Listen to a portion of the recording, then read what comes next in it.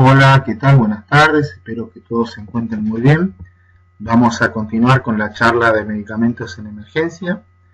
En el video anterior habíamos visto adrenalina y atropina y habíamos visto que la adrenalina era una opción terapéutica clase 1 que en las recomendaciones de la AJA 2020 priorizaban la administración temprana de la lidocaína a partir del segundo choque en los casos de los ritmos desfibrilables, comenzar con la adrenalina, y en el caso de estos eran los ritmos de taquicardia ventricular sin pulso y fibrilación ventricular, y por el otro lado del algoritmo aquellos choques, aquellos ritmos que no son chocables, no son desfibrilables, como la actividad eléctrica sin pulso y la sistolia, recomendaban inmediatamente, como se comienza la reanimación, empezar a administrar adrenalina.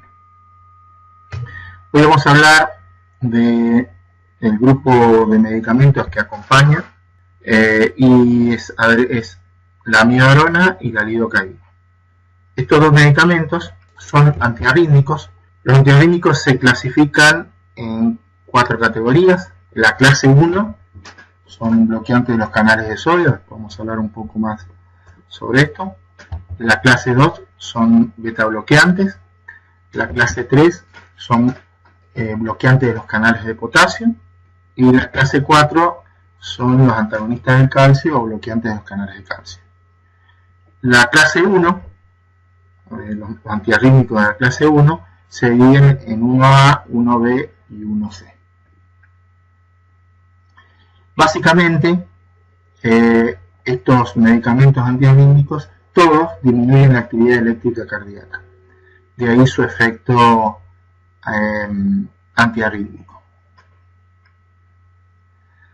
Vamos a comenzar a recordar el potencial de acción transmembrana de una célula miocárdica. Donde este sería el dibujo clásico, donde tenemos la fase 0, fase 1, fase 2, fase 3 y fase 4. ¿no? Esto se podría comparar con el electrocardiograma y decimos que la fase 0 es la despolarización de la célula miocárdica, en este caso de aquí, el dibujo del potencial de acción. En el QRS representa la despolarización de miles de células miocárdicas, en caso de potencial de acción de una célula miocárdica. Bueno, la fase 0 es la despolarización de la célula. La fase 1, 2, 3 y 4 es la repolarización de la célula, estando en fase 4 ya en condiciones de volverse a despolarizar. Entonces, para repasarlo un poco, el movimiento de iones hacia adentro de la célula y fuera de la célula miocárdica, decimos bueno que en la fase 0, cuando se produce la despolarización, ingresa abruptamente el sodio a la célula, lo cual produce la contracción celular. Después, en la fase 1, empieza a salir el potasio, que es equilibrado, interrumpido por el ingreso de calcio, y posteriormente termina ya en la fase 3 saliendo el potasio totalmente. Esto es un resumen así súper rápido, pero nos sirve a fines de ver dónde van a actuar cada uno de los antiarrítmicos que mencionamos. A esto habría que sumarle los periodos refractarios, el periodo refractario absoluto, desde la fase 0, 1, 2 y parte de la fase 3, el comienzo de la fase 3, periodo refractario absoluto donde ningún estímulo, aunque esté por sobre el umbral, produce potencial de acción o genera una despolarización. Y después tenemos el periodo refractario relativo, parte de la fase 3, la parte final, media final de la fase 3, hasta que comienza la fase 4. Este periodo refractario relativo, si bien no está totalmente polarizada la célula, va a responder a estímulos por sobre el umbral, por lo cual puede desencadenar, si un estímulo cae en este periodo, puede desencadenar una respuesta anómala como una fibrilación ventricular o una taquicardia ventricular. Esta parte, el periodo refractario relativo, corresponde a la rama descendente de la onda T, ¿no? Bien. Y nosotros vamos a hablar de los dos medicamentos que eran lidocaína y amiodarona, y como dijimos, la lidocaína bloquea los canales de sodio, y con esto disminuye de alguna manera el automatismo anormal de las células, por lo cual disminuye las arritmias. Y por el otro lado, la amiodarona, que bloquea los canales de potasio, y esto va a hacer que se prolongue el periodo refractario efectivo o el periodo refractario absoluto, ¿no? Entonces haciendo que este periodo se alargue el periodo refractario donde la célula no responde a ningún estímulo.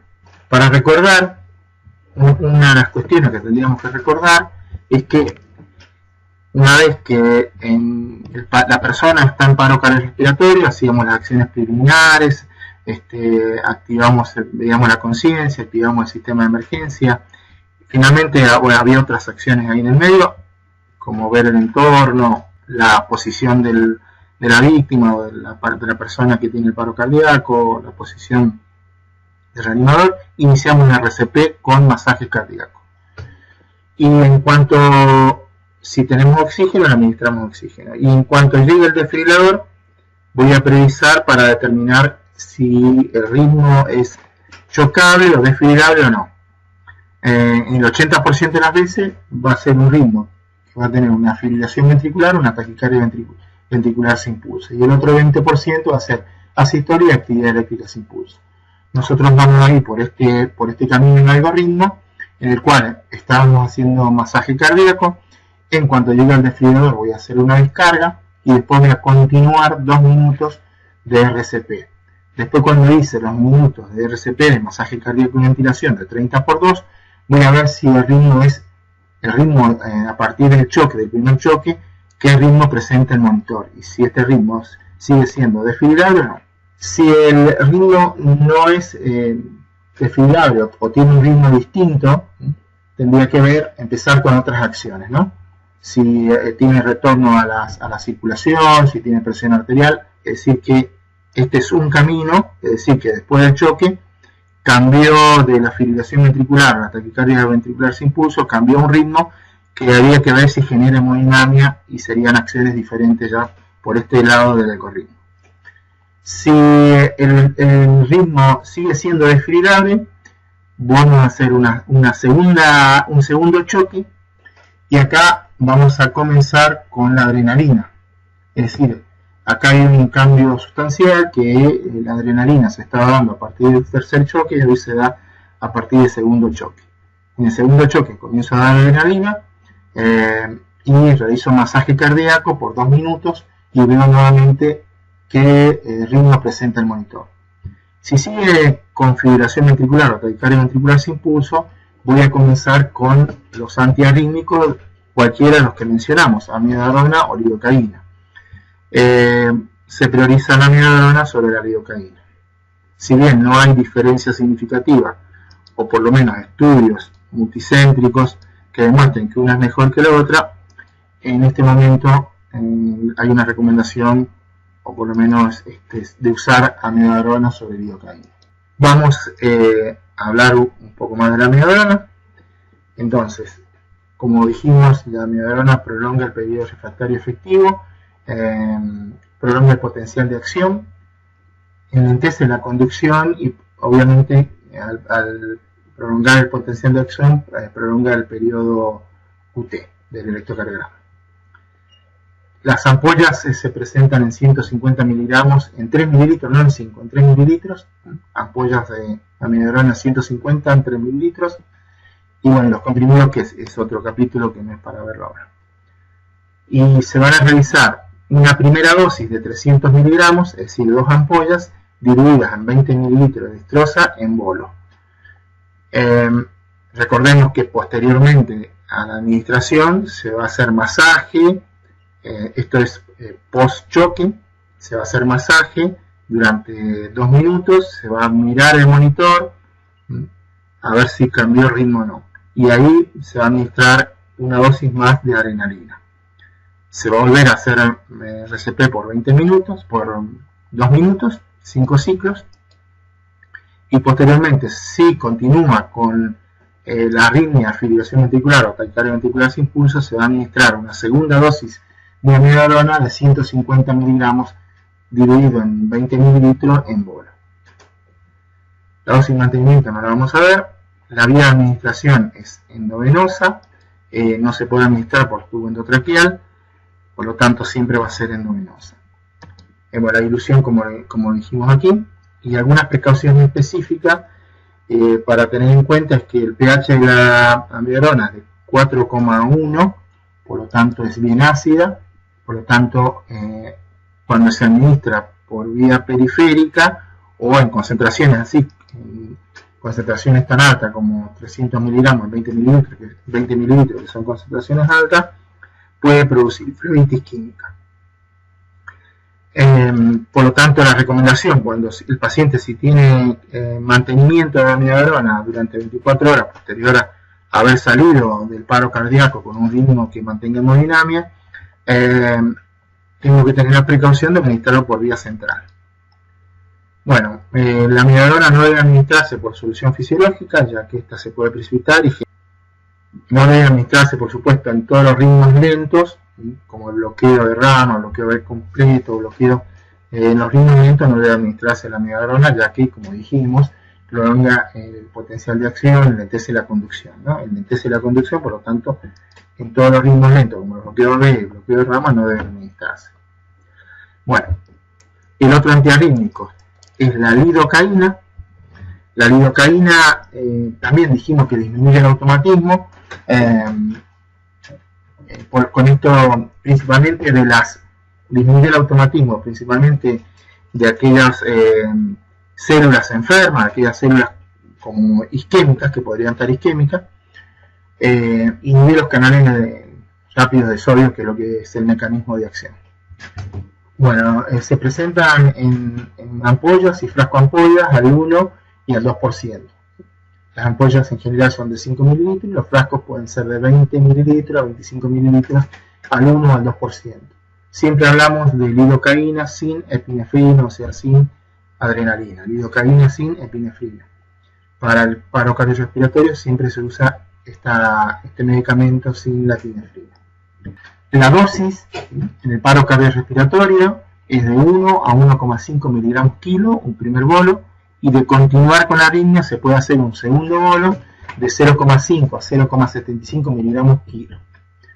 Este medicamento, a diferencia de la amiodarona, se puede administrar por tubo endotraqueal. La amiodarona no se puede administrar por tubo endotraqueal por el pH ácido, lo cual produciría lesión a nivel de la vía aérea y con posible cierre de la inflamación y broncoespasmo.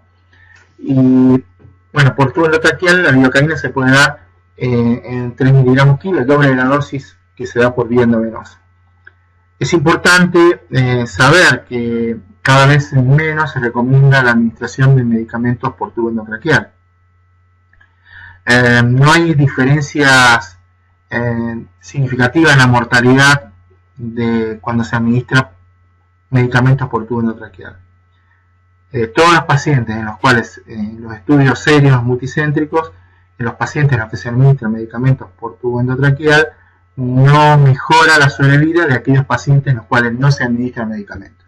Es decir, si no se le administra medicamento, tiene una mortalidad, y si se le administra por tubo endotraqueal es la misma mortalidad. Por lo tanto, no tiene sentido este tipo de administración de medicamentos por esta vía. También se han hecho estudios de la administración de medicamentos intraósea, con lo cual tampoco se encuentra diferencia significativa. Estas dos vías, la endotraqueal y la intraósea, creo que en las próximas recomendaciones tendremos más novedades para ver si realmente son útiles y si se justifica el uso. Esto siempre hablando en el adulto, ¿no? Si bien mejora o tiene una respuesta inmediata de salida al paro cardiorrespiratorio con un ritmo que mantenga hemodinamia, al alta hospitalaria la mortalidad es exactamente igual que si no le hubiéramos dado absolutamente nada. Sí se diferencian estas dos vías con la vía endovenosa. Cuando el medicamento se da por vía endovenosa, hay diferencias significativas con respecto a placebo.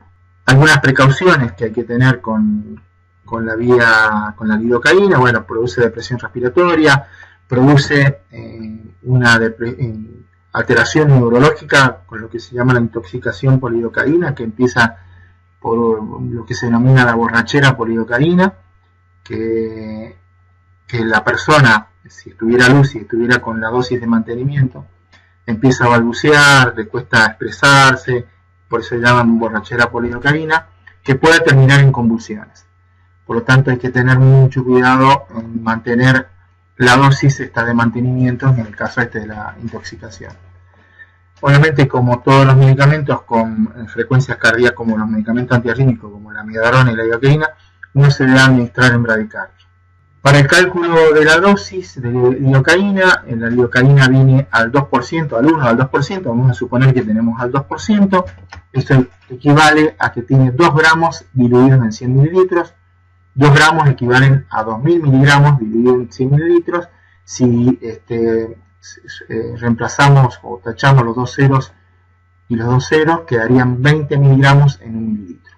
Vamos a suponer que la dosis es de 1 miligramo a 1,5 miligramos kilo, y vamos a suponer que le tengo que administrar a una persona de 80 kilos 1 miligramo kilo, la dosis sería de 80 miligramos.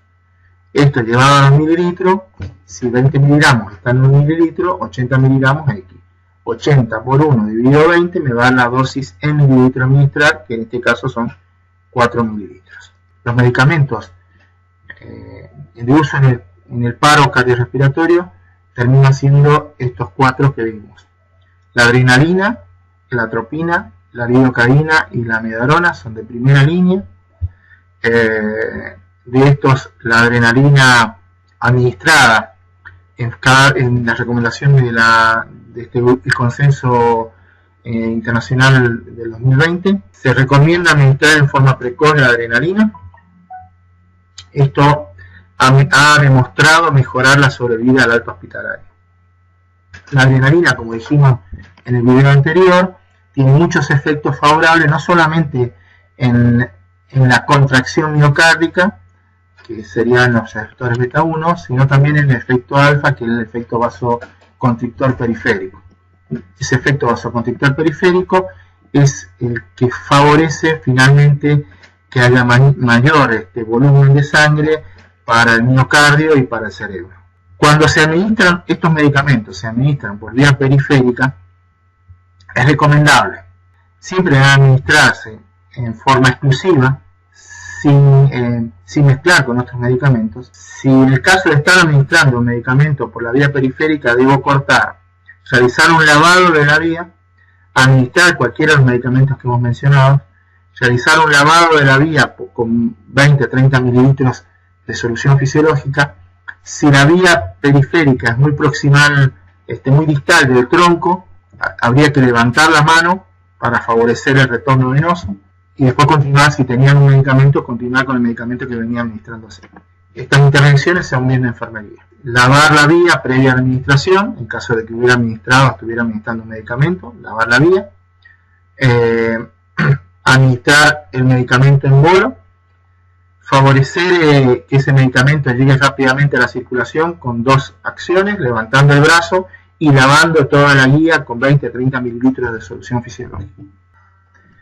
Y en cuanto a otros medicamentos que tradicionalmente se venían usando en el paro cardiorrespiratorio, como el bicarbonato de sodio, desde muchos años ya, desde el 2010, calculo un poco también hacia atrás, se desaconseja el uso, por lo menos para la corrección de la acidosis propia del metabolismo anaeróbico, producto de la hipoxia propia del paro, ¿no?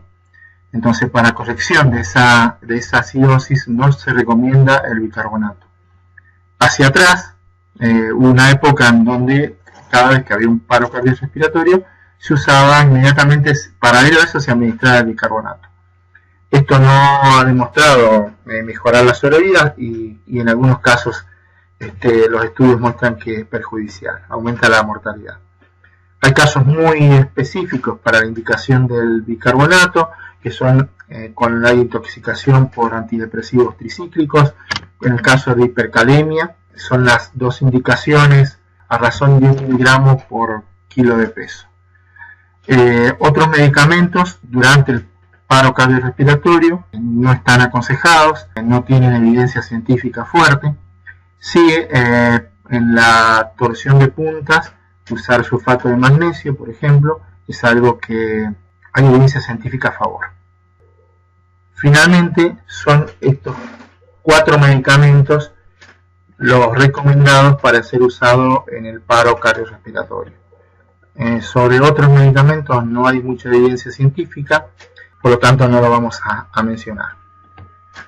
Con esto terminamos este segundo video sobre medicamentos. Bueno, esperemos vernos pronto y un saludo cordial para todos.